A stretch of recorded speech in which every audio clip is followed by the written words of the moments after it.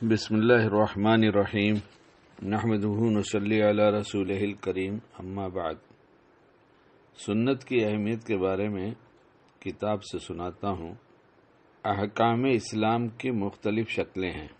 بعض احکام کا تعلق فرائض سے ہے اور بعض کا واجبات سے، بعض کا سنن سے اور بعض کا مستحب و آداب و حلال و حرام، مکروہ و مشتبہ وغیرہ سے ہے۔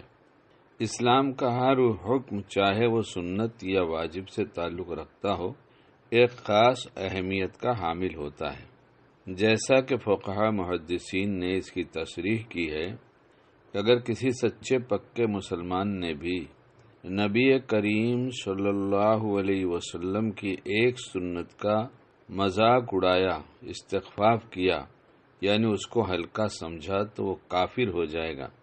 قاضی ثناء اللہ رحمۃ اللہ علیہ نے کہا کہ اگر کسی مسلمان نے کہا کہ یہ سنت ہے تو دوسرے نے کہا سنت ہے تو میرے کیا کام کی ہے، تو ایسا کہنے والا شخص کافر ہو جائے گا، کیونکہ اس نے سنت رسول صلی اللہ علیہ وسلم کو ہلکا سمجھا۔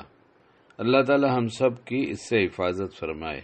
اسی طرح حضرت شاہ عبدالعزیز محدث دہلوی رحمۃ اللہ علیہ نے فرمایا کہ جو شخص شریعت کے آداب و سنت کو ہلکا سمجھتا ہو تو ایسا کرنے والے کو سنت سے محرومی کی سزا ملتی ہے، اور جو سنت کو ہلکا سمجھتا ہے اس کو فرائض و واجبات سے محرومی کا عذاب دیا جاتا ہے، اور جو فرائض و واجبات کو ہلکا سمجھتا ہے وہ معرفت کی محرومی میں مبتلا رہتا ہے، یہاں تک کہ اس کے دل سے ایمان جیسی دولت بھی نکل جاتی ہے۔ اللہ حفاظت فرمائے۔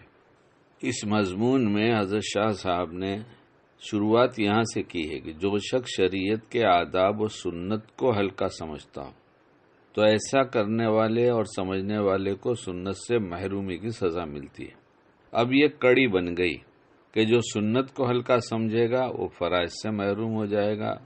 اسی طرح سے آخر میں آپ نے یہ فرما دیا کہ ایسی حالت خراب ہوتی چلی گئی تو ایمان جیسی دولت بھی نکل جاتی ہے۔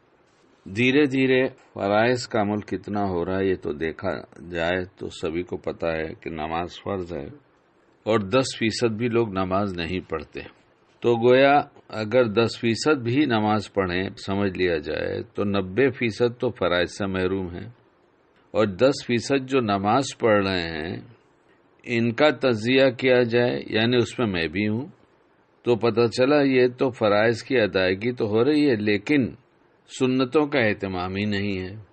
ایک صاحب جو سنتوں کا اہتمام کرتے ہیں تو اس سے کچھ ایسے لوگ جن کو کہا جاتا ہے کہ علم رکھتے ہیں، وہ کہتے ہیں یہ غالی ہیں، سنتوں کا اہتمام اتنا نہیں کرنا چاہیے۔ انہوں نے کہا میں لوگوں سے تو کچھ نہیں کہتا، میں اپنے طور پر کرتا ہوں اور اللہ کی دی توفیق سے کرتا ہوں۔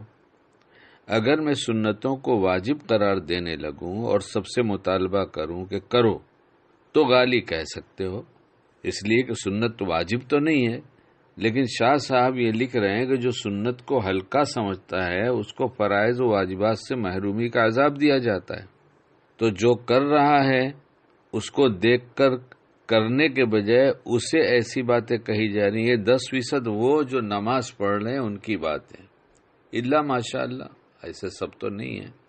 اس لیے ہم فرائض سے تو دور ہوئے جو بہت بڑا جرم ہے، سنتوں سے بھی دور ہوئے جو فرض کی ادائیگی کرتے ہیں، بہت سوچنے کی بات ہے، کہیں ہمارا سب کچھ نہ لٹ جائے۔ اللہ ہمیں سنتوں کی حیثیت صحابہ کی زندگی سے سمجھنے کی توفیق عطا فرمائے۔